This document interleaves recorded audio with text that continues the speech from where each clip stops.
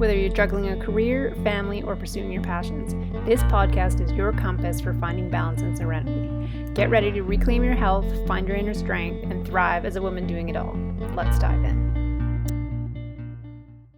So Courtney is a integrated holistic therapist. Is that integrated energy therapist? energy therapist? Yeah. Okay, Holistic nutritionist and maybe you can explain what that is. Sure. So integrative energy therapy it's a combination of modalities. I do energy healing, so hands-on energy healing.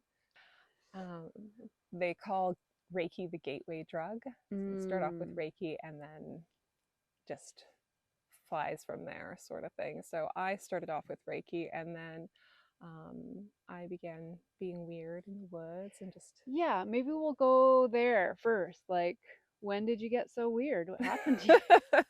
What did happen to me? Well, first of all, I want to say that weird means magical. Yes. That is its etiology. Is that a word? Etiology? I think so, yeah. I think it is too. It started with suffering, as it usually does. Yeah. It was a lot of confusion and a heartache, which ultimately I realized was just unprocessed trauma that I had not looked at. So was there a point in time or an event that sort of set you off on this sort of journey? yeah, I had a few catalysts. The first, I went to Puerto Rico with my godparents, and I had never traveled like that before, and I ended up having culture shock.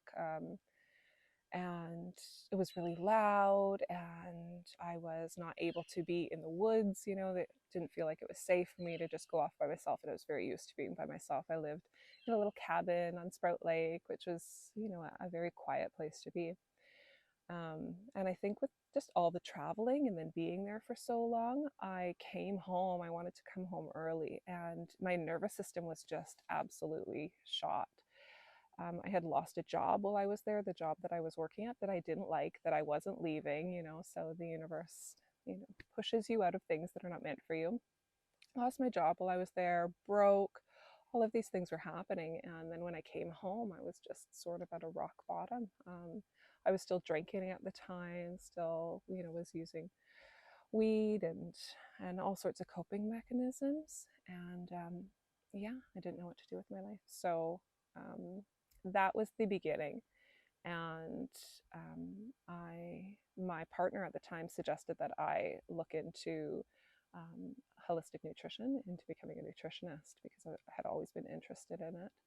And so I did. And it happened to be that because I had been on EI, that it was all paid for, and there was a month to get the paperwork in. It was like absolutely perfect timing, and I just made it in. So yeah, that's where I started, was in holistic nutrition school. And there was 4 days of mind, body, spirit. The rest was all, pretty practical nutrition stuff, but there was 4 days of mind, body, spirit. And that 4 days, it was actually the first day, totally flipped my life around, learning what emotion was from an energetic standpoint, and realizing that it was not something to push away. It was something to be felt. And in feeling it comes the integration of it. It wants up as much as we want it to go away, and that is the only way through.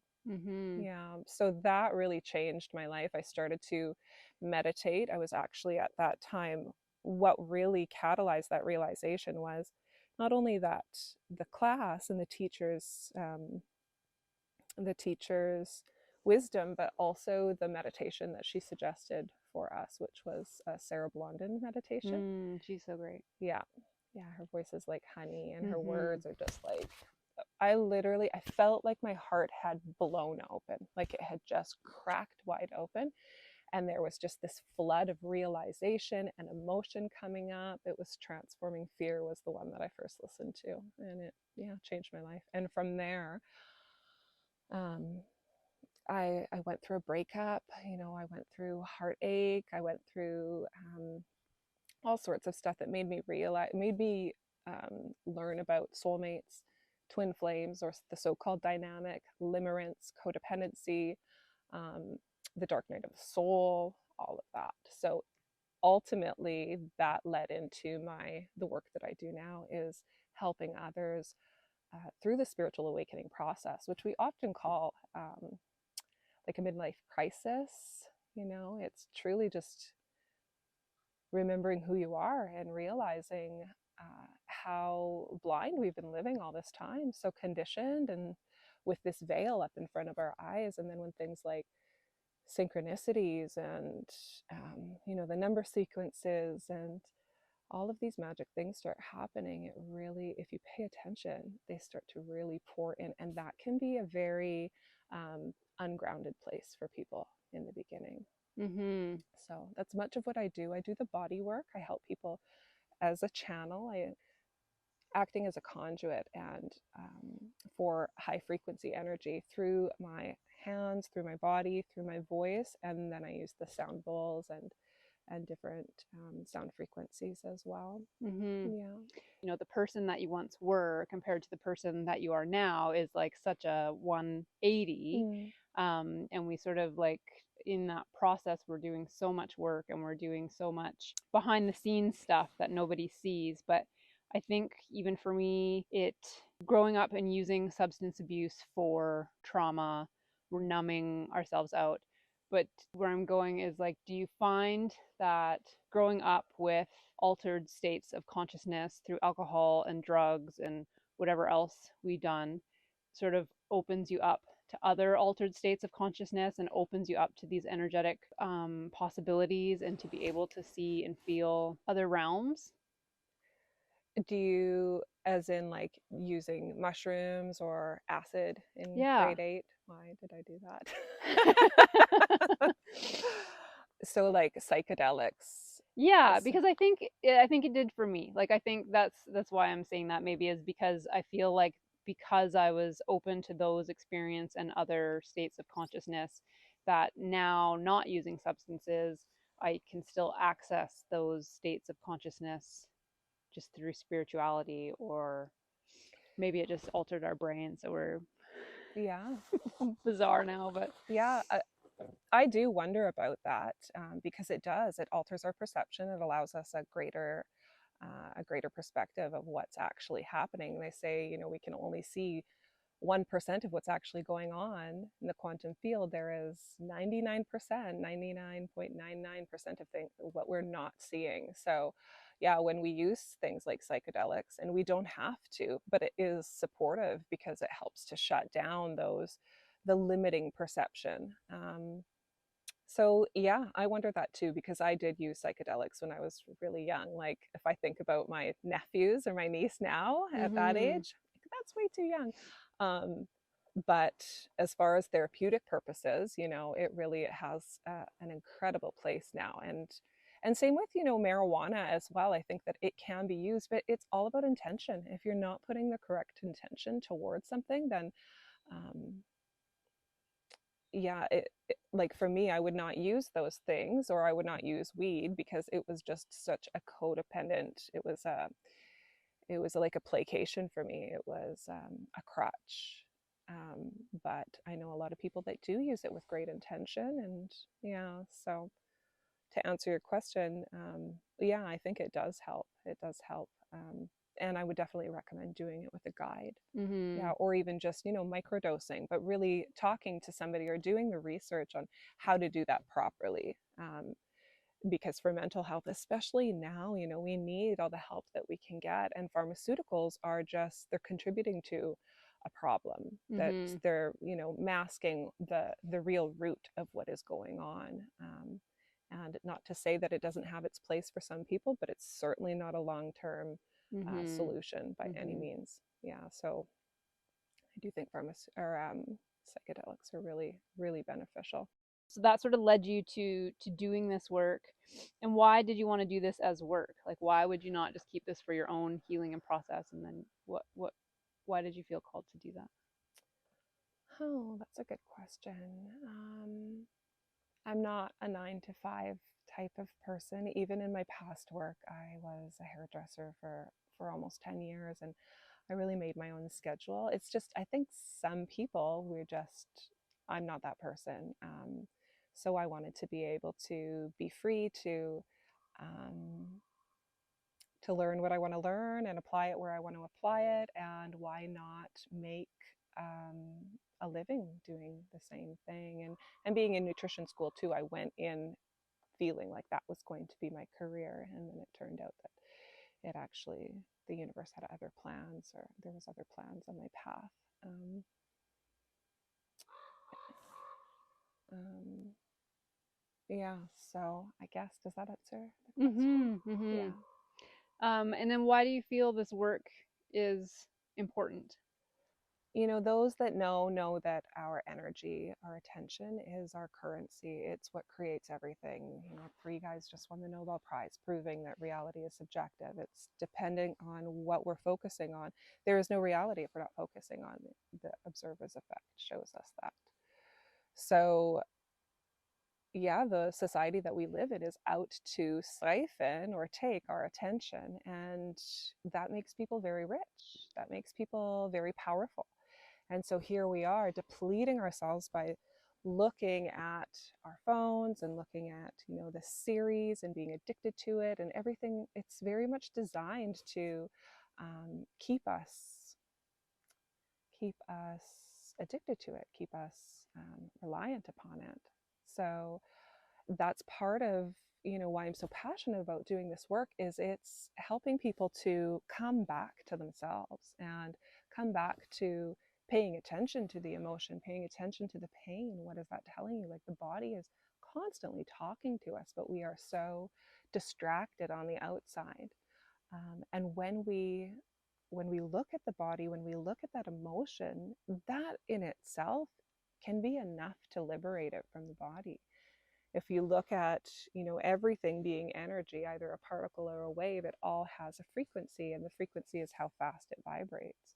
And so you look at, you know, this is measurable. It's been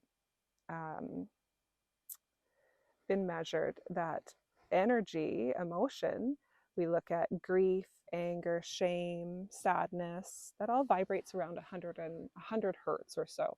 And then going up the vibrational scale, we move up. It's all the same. It's all energy. The only difference is its rate of frequency.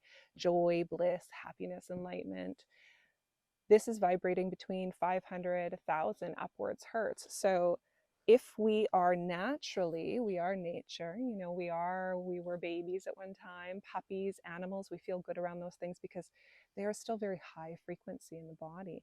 What happens to us is we've now, you know, suppressed our emotion. We were told, be a big girl, don't cry, don't get upset, you know, go to your room if you're going to act like that, be a big boy. And so we ultimately just shove down these very important emotions that needed to be expressed. If emotion is energy, which we know energy needs to move in order to be healthy. And if it's not moving, then it's stagnant, and then it's creating dis-ease in the body. So I'm kind of deviating a little bit, but if we were to shine compassion or love, understanding on this grief or on this shame, whatever it may be, that by nature of transmutation, alchemy, we are changing one thing into another. It's like opening a door to a dark room. The light will flood in. So the light is changing this high frequency. That's what we would call light, right? Energy is light. It's changing this experience. So that's basically what I'm doing as an energy worker, is I am channeling high frequency light, intention, thought, all the same. It's all energy, very high frequency, onto the system where there are these suppressed emotions, this suppressed energy. And then you'll feel things like muscle twitches or muscle spasms or movement in the muscles. Like, just, it's quite wild to see what the body does. And oftentimes what happens is emotion will come up, because it's like removing the dam out of the river. You have an energy block, we're removing it from the river, and it wants to flow. It's going to flow now. So in a nutshell, I don't even know what the question was. No, that's awesome. Why that's important. So, I mean, removing that from the body, getting that energy flowing, people would then, you know, experience life more fully, be more healthy, which would ultimately, you know, as soon as more people are able to feel that and live that, then Yes. we all do.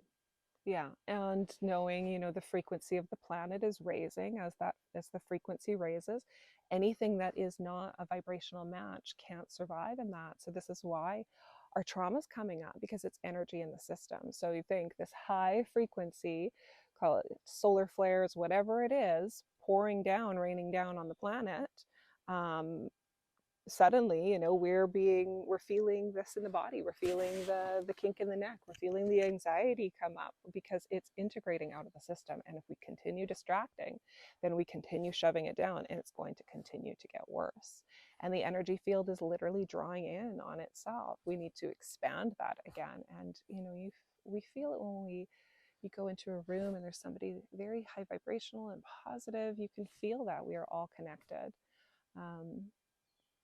And again, the powers that be know this. So to siphon our energy, it's siphoning our life force away. And we must put that attention, it's like gold, back on the self.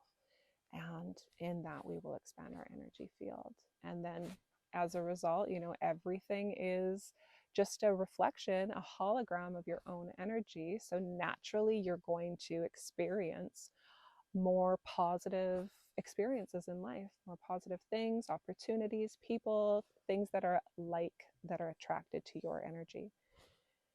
And I think that that's part of the big work too, is, you know, self accountability and self responsibility, and knowing your triggers are teachers. A trigger is, you know, look back at the vibrational scale, the trigger is attracted to you to uproot or excavate what is not light in the body. So this shame has to come up in order to be processed. And so if we can say, okay, thanks, trigger, fuck you, but also thank you. Peace out. I'm going to move over here and I'm going to self-regulate, or I'm going to co-regulate. I'm going to get my support for whatever this is brought up. It doesn't have anything to do with you. You are the trigger. Bye-bye. And over here we go to support whatever is coming up, because it's just dormant. It's been dormant in the system all along. And I think, just to circle back on one of the points you made about, you know, how we feel internally is what our world reflects back to us. I think for me, that was like one of the biggest points of learning in my relationship. I've been married for 20 something years or together. Was recognizing that when something wasn't working in the relationship, was like, what part of me, how am I being like this, that he's reflecting back to me. And so then when I would change or work on that quality in myself, then I would see my relationship change. And that was sort of like a little experiment, because that worked. And then now I can see, you know, like when I'm totally miserable and depressed, that's what my world gives back to me. And it's not always easy to shift and move that energy. And sometimes we do need to sit in it. But yeah, that is such a big learning piece that I just wanted to sort of circle back to and highlight, that I think it also helps you feel like you're on mushrooms too, like when you're and being high again is just looking at the world like a big like lesson and hologram of when it's reflecting back to you, like how is this my subconscious reflected back to me. Yes. Yeah, absolutely. It's like it's all just projected out and then being mirrored back too. So that's one thing that really helps me a lot too, is knowing everybody is God embodied. And, you know, we're not talking God like bearded in the sky. It's the source of all things. So if everything, it's consciousness experiencing itself. And here I am, consciousness in this animated body. And so is this person tailgating me, you know, on Johnson Street. So what is he teaching me? He's teaching me patience, likely. So I'm able to see, when I am able to see people as consciousness embodied, I know they've had their own trauma, they've come here for their own life experiences, and we are partners together in this human experience. And you know that people could argue, but what about murderers and these awful people, you know, trying to reign society? There will always be light and there will always be dark. There is duality. It's the way that the universe works. So as much as we are able to siphon that energy back to the self, we then fill the energy field up. We fill ourselves with gratitude. We have to feel it before the experience. They say feel it to heal it. Well, that does not just mean feeling the bad stuff. It means feeling the gratitude, feeling the love, welling the body up with that. And then you will, the virtue of the holographic nature of reality, you will see that reflected back to you. But it like you said, it's not easy all the time. No, but it does make, I think, coping easier. And maybe it's, I don't know, like I find when I'm looking just like at a situation in my life that's complicated or embarrassing or not working or whatever the case may be, or I'm worried about somebody else is thinking of me or something, stupid that we do, when I start to look at it as, these are just reflections of my own psyche, then none of it is so serious anymore. It's all just fixable and I can just change it by removing my attention from it, focusing back on, you know, myself or my breath or whatever it is, or fixing whatever issue that is within myself. And then I'll know that it's changing in my world. Yes, yeah. And you had asked me to, what is the work that I do? What is integrated energy therapy? And it's hard for me to answer that because, again, I'm acting as a mirror for whoever I'm with. So what do they need in that moment? And it can be, potentially helping them, well, most often helping them to integrate stored trauma, this low density energies trapped within the body, trapped in the cells and the chakras. But it's also sitting next to and having conversations and just offering them a perspective that if they already know, like we already know everything within because we're consciousness, right? So Mm-hmm. we do need one another as the mirrors to figure out the next step and get a vaster perspective. And like you said, you eventually feel like you're on mushrooms. Everything's brighter because as we raise our consciousness, we expand our consciousness with these epiphanies and these ahas. Then our consciousness raises and things get brighter. Like literally, we start to see from a less cloudy veiled lens. So that again is what psychedelics do, is it supports us to see beyond the veil, beyond that cloudy lens. Yeah, and then when you're high naturally all the time, you don't need to drink or do drugs anymore because everything is, I guess, illuminated. Yeah. Yeah. Yeah. Drinking, all of those, it just does not feel, it's not resonant in the body at some point as well. As you start to raise your frequency, you're no longer a vibrational match. And that's the same with people. It's called tension for a reason. I Mm-hmm. just no longer am an energetic match to this person. Nothing's really personal. Yeah, and I will just add to that point because I don't want to sound like I think I'm enlightened by any means because I'm not. I still have so much to learn and so much to do. But like you said before about how the duality of the lightness and the darkness, and I think I find as I journey and learn things and maybe elevate my frequency that when I do fall back into the lows are lower. Like it almost has to be like Mm.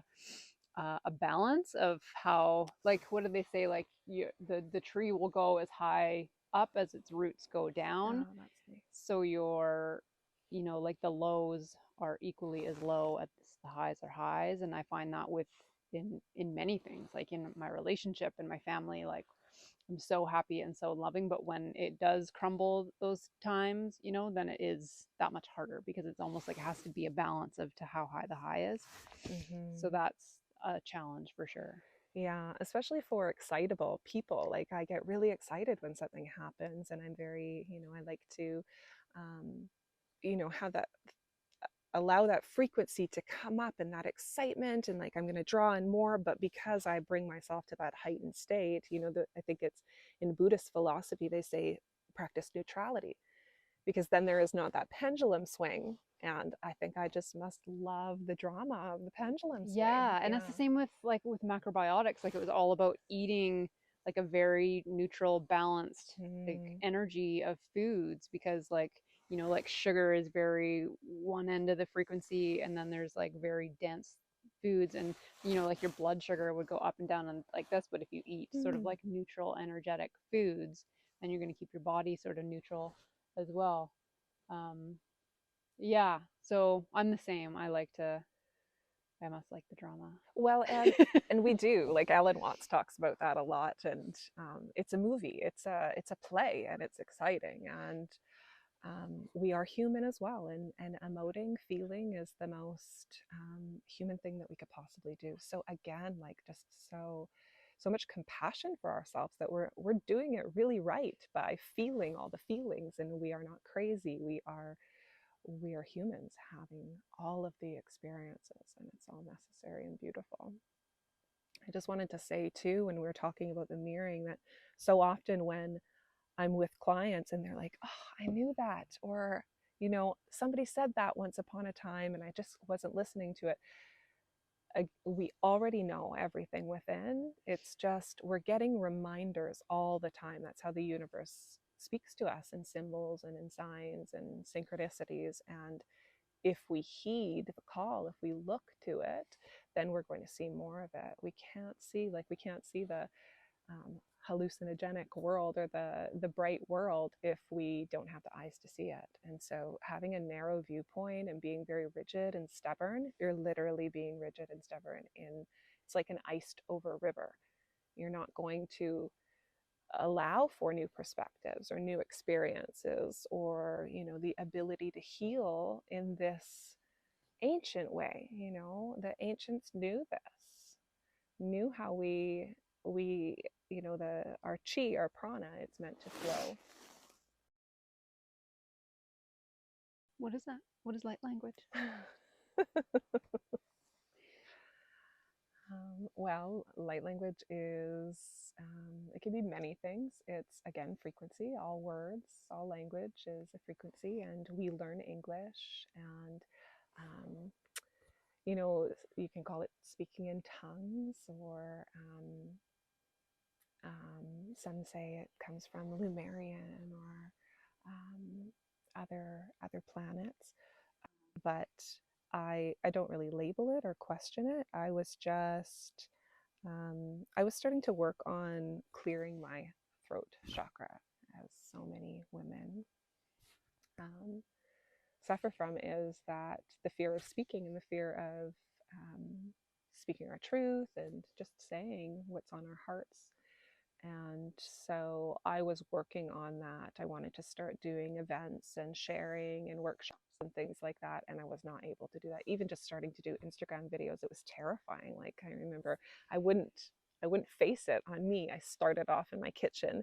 I think I was in nutrition school, so making something, but just my hands, and even my hands were like, ee!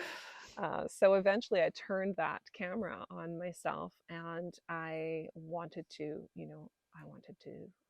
do public speaking and talk more. So I started to hum, I started to tone, I started to make weird sounds in the woods, and just do really weird things in the woods. Like, before, I remember being afraid of hugging a tree, and for fear that I would be caught. And again, look at the witch wound. I mean, we're scared to share our magic and to share the holistic remedies, and even speak. We were killed for those things. So that's still stored in our DNA and our lineage, unless we are bringing it to the light. And so I had done the IET training, the integrated energy therapy training. So this is channeling high frequency light into the system, and the body is holding low frequency emotion energy in places like in the shoulders. It's carrying the weight of the world, guilt, spiritual truth, anger, fear, all these different places. And so when I was doing this training, learning how to channel and integrate for people, the woman that shared the training, she spoke light language, and so she spoke it to me, and she said, you'll likely start doing this as well. And I didn't realize that I was already speaking. I was making these sounds when I would go into the woods. And then one day I was on a walk, and I felt something above me. So I looked above, and there was an owl in the branch just above me, and he was staring at me, and out poured this language, these words. And I just, it's as if I'm still present, but I'm leaning back and allowing whatever is coming through me to come through me. So that was the first time. And then later that afternoon, I had a client. She had shown up a week early, a week early. And so I wasn't busy, or it was at the end of the day. So I said I would see her. And she came up into my room and she said to me, I used to be on my spiritual journey, but I have fallen off of it. So nothing you do could be weird to me. And it was like permission. Again, consciousness, God embodied, giving me the permission to express um, this new experience. And so we began at that time. Oh yeah, I was doing integrated energy therapy. So we began, and it was one of the most powerful sessions. It was the most powerful session I had had at that time. And I won't get into the details of it, but I started to speak the light language to her. And afterwards, she said to me, you know, she was a First Nations woman. She said, you know, you spoke a Nuu-chah-nulth word to me. And it was a word that meant family. And that's exactly what she was processing, was pain from her family. And then when I went to Hawaii, I spoke Hawaiian a couple of times to my Hawaiian clients. And then when I came back, I spoke Ukrainian, which is cool because I'm Ukrainian, but I didn't know. I wouldn't know. I don't speak those languages. So truly, like, I don't label it as anything. It just whatever wants to come through for the person. And it doesn't always. And yeah, people say it sounds angelic. It's not going to be rationalized by the mind. It's something that the heart understands. And yeah, at first I was skeptical, of course, as well. But to see how moving it is for people, and how impacted they are, and then to be like that first time being told that I actually spoke a different language, that gave me the confidence I needed. Yeah, I was talking about this with a friend of mine the other day about, we were talking about channeling and like timeline hopping and all these things. And we were like, she's having a hard time. She's like, well, how much of it, like, how do we know that this is channeling or timeline hopping and not just our imaginations? And I remember going to a group session once, and a lady was channeling, and I'm going really skeptically, but I'm like, okay, if I'm going, I need to be open to this. Um, but I remember like watching and being like, like how it's hard for the mind to grasp that it's like actually happening and not like a great actress or something. And I don't mean any offense by that. It's still just like where that resistance comes up to like, what yeah, I agree. I don't resonate with, it's not like I don't listen to light language myself usually, because a lot of the time I don't resonate with it. There are a couple people, Jamie Price, she's on YouTube, and she explains it really well. But yeah, that skepticism is real, and there are a lot of charlatans out there as well. Like, spirituality is a trendy thing now as well. So, there are many people that there's still like, yeah, a lot of judgment within me as well, and judgment on myself. But again, if it evokes a feeling in the body, then you can't deny. The body never lies. So for me, when I feel those charges coursing through my body, and I feel the energy moving through, and then I see the reaction of the client on the table or in the workshop or whatever it is, there's no lying, there's no denying. Yeah, like even when I did the energy session with you, and you were using the light language, and of course, like at first I was like, what are you doing, Courtney? What now? But like I like to, I'm an open person, and so I naturally just think to myself, okay, well, just open to it, like open to it. And it was powerful, and it was, like I told you what I saw and felt and all those things after the fact. And having just those experiences, like, can this opening, I guess all it is just like, can I accept this as a possibility into my experience? And that allowance and acceptance, I think, is what maybe some people are resistant to.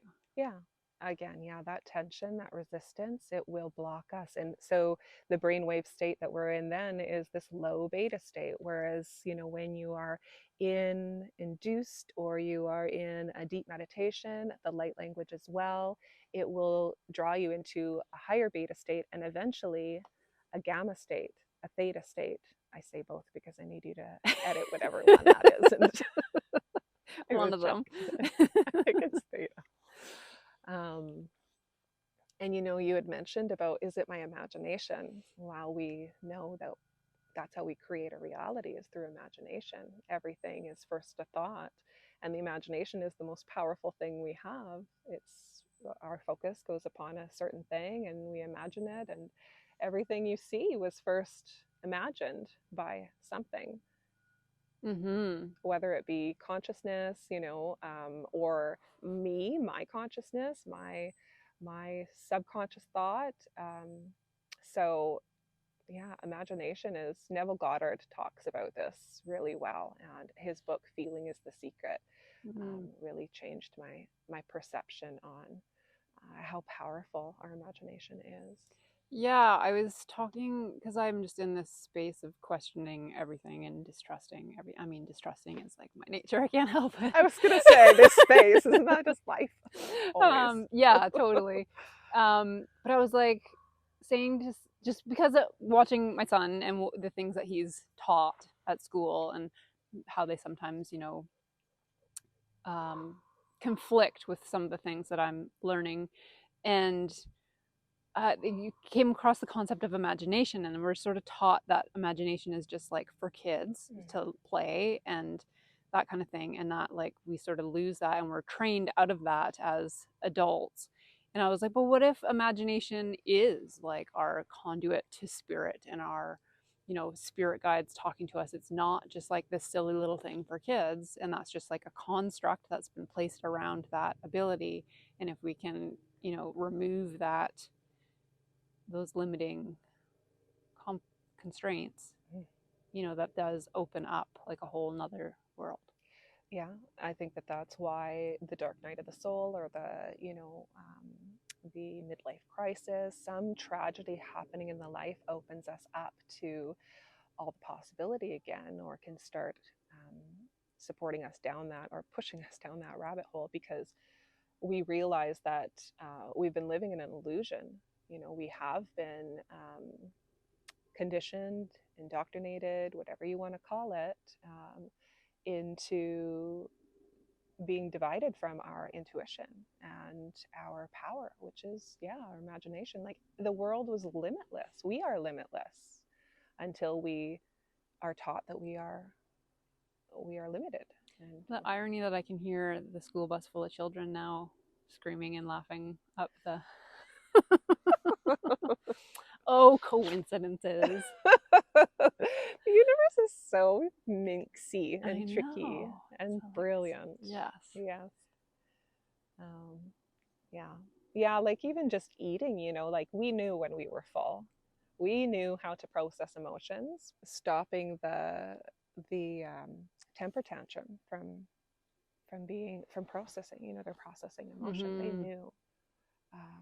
They knew how to move that energy through. And then because of our shame, we were told, shush, don't act like that. Now we're embarrassed when they're temper tantruming in the middle of. Yeah, and you've seen like in some cultures too, like I've seen it in movies, when they say like, oh, the baby's possessed by a demon, or it's got like a demon, or like a translation of another word will be something like that. Toothache is like translated, I don't know what movie that was in, but it was like the word in their language for toothache was like possessed by a demon or something. Which is really interesting. And I was going to go on a tangent about spiritual attacks, but I don't really know much about it. And like emotions, and like, but whatever. Well, I think that it's good that you bring that up, because I've realized in certain sessions what they actually meant by exorcism. It's clear that's what's happening. Yeah. And I don't allow my, my imagination or my mind to go to a place where, I'm thinking about walk-ins or I'm thinking about entities and things like that. But the fact that, resurrecting demons or summoning demons or removing, exorcising demons from the body, if everything is energy, a wave or a particle, it's all just frequency, then a demon, shadow, negativity, low vibration, it's all the same. It's down here, it's vibrating low, it is incoherent in the body. It feels Mm-hmm. bad, and it makes us act in ways that we are not meant to act. And so, yeah, there's been sessions I've had where and people, they report saying that they feel things being pulled out of them, and I can feel the density being pulled out, and then, this big relief and this big, it's like a weight has been pulled out. And so, yeah, I think about the term exercise, and even exercising, we are moving the vital life force energy around the system. We're exercising out negative emotion and all these, the chemical catalysts and the hormones, and all of that is transmuting. It's supporting us to move from one state into another state, from a low vibe state to a high vibe state. And then we put all the science and the biology and everything, you know on top of that. But truly, it's all, spirituality and science are just, they're one and the same. Well, it's like that video that you sent to me. It was a reel, and it was like translating woo speak. Is that you sent it to me, didn't you? I've Yeah, heard. and it was like, it could be exercising the demons or exercise. Like it is essentially doing the exact same thing, but Mm. it's like the language that we use around things. Like a demon and a low vibration energy are the same thing, but it's just we've put language and concept around one thing, and so that creates, I think, blocks for a lot of people to a lot of these things. And when it all is very similar, like when people find freedom in nature, and like that could be the very same experience as someone who's found God in Mm. church, but these language and conceptual confines that we put around things creates these barriers. Yes, yeah, it's unfortunate because it does limit the majority of people from accessing their intrinsic power and their wisdom, and the beauty and the God in everything, because we're so terrified of the word God, because it has such a negative connotation, and we can't blame anybody for feeling resistance to that. Like, I too, it took me a long time to be able to say the word God, because for fear of judgment, like people are going to think that this particular thing about that, that's not what it is. God, source, creator, consciousness, same. Mm-hmm. Yeah. Any That's okay. final thoughts, anything you want to share to the people? What do I want to share to the people? Yeah, I suppose what helped me the most was educating myself and learning, following people and listening to videos by people like Greg Braden and Joe Dispenza, and just Googling. It's all at our fingertips. What is a spiritual awakening? What is the dark night of the soul? What is what are trauma bonds? Things like this, and that in itself is going to start to breadcrumb you towards your evolution. We're all on this evolutionary journey. That was what I wanted to say, is that there are those of us that it's very easy you don't have to convince us that magic is real. They say there's 3 soul classes. There's the one class that's like, we already know, we're making potions as children, we're all into the woo, and we're open to it all. And then there's the next class, and none is good or bad or better than one another. And it's the majority of people, the majority of society, of the world, is those that they need tangible proof. I need to be given proof to show me that this is real. Like, what is light language? What is, God? All of these things. I want tangible proof. And that's what the whole Earth show is for. It's for this mass class of people. And then there is this other class, the third class. And those are the people who will never be convinced. They're not here to have that life experience. And there's nothing wrong with that. We have to have duality. We have to have division in order to have unity. You know, it's just, and this truly is, it's so supportive too, in knowing that you will only change the world if you change yourself first. So if I start to become a better person, if I start to care for myself, that's going to naturally proliferate out into the experience, you know, through the divine matrix, the web of creation, all that we cannot see. It's all being emanated out. And my vibration, what I'm doing for myself, is supporting my family. It's supporting the ones that I love. And I'm not here to convince anybody of anything. Yeah, totally. I think you'll either come to it on your own or you won't. Yeah. That's a really good point. I'm glad you said that. And then maybe one, do you want to talk about sound bowls and sound baths? Sure, yeah.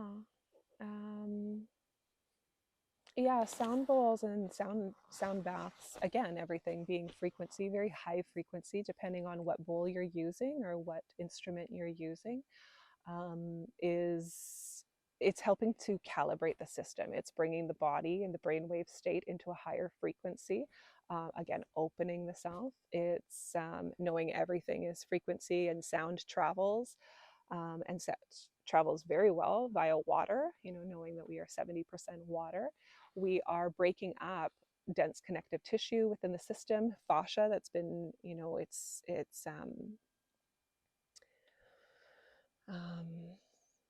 hardened tissue or dense tissue that is causing pain and inertia in the system. So sound healing is really really beneficial for all over body pain, for obviously raising your frequency, raising your brainwave state. Why can't I? It's always the way. Like removing blockages in the system. It does, yeah. Moving the energy. Yeah, for sure. So because, yeah, again, lower vibrating emotion like shame and grief, when intercepted with high vibrational frequencies, is going to integrate or transmute that. And like the tuning forks, I use tuning forks. It's like a good example that it's, you know, understandable for people is that it's like tuning a car or tuning a piano. They're going to run better afterwards. Your body is no different. I mean, it's way more brilliant, obviously, but when you're balancing those centers, your chakras are literally just like your energetic centers. You have your physical heart, and then you have your energetic heart. You have your physical thyroid, and then you have your thyroid chakra, your throat chakra. Every chakra is connected to a gland. All those glands are connected to different chemicals, different emotions, different life experiences. It's all connected. So once you start to calibrate the system, balance the chakras again, and get yourself in alignment, then you naturally are going to see health conditions improve. You're going to see mood improve, and your outward state improve. Yeah, so sound healing is a really powerful way, and anybody can do it. You can just listen to it on YouTube if you like. Obviously, in person is the best. Get your own crystal bowl, start toning, humming, just allowing the release. Humming is just, it's so powerful. There's a reason why cats purr, you know. It's really just, and used in meditation a lot too, to like tone the vagal nerve. yes, Yeah, maybe that's a good time to pull them out. okay.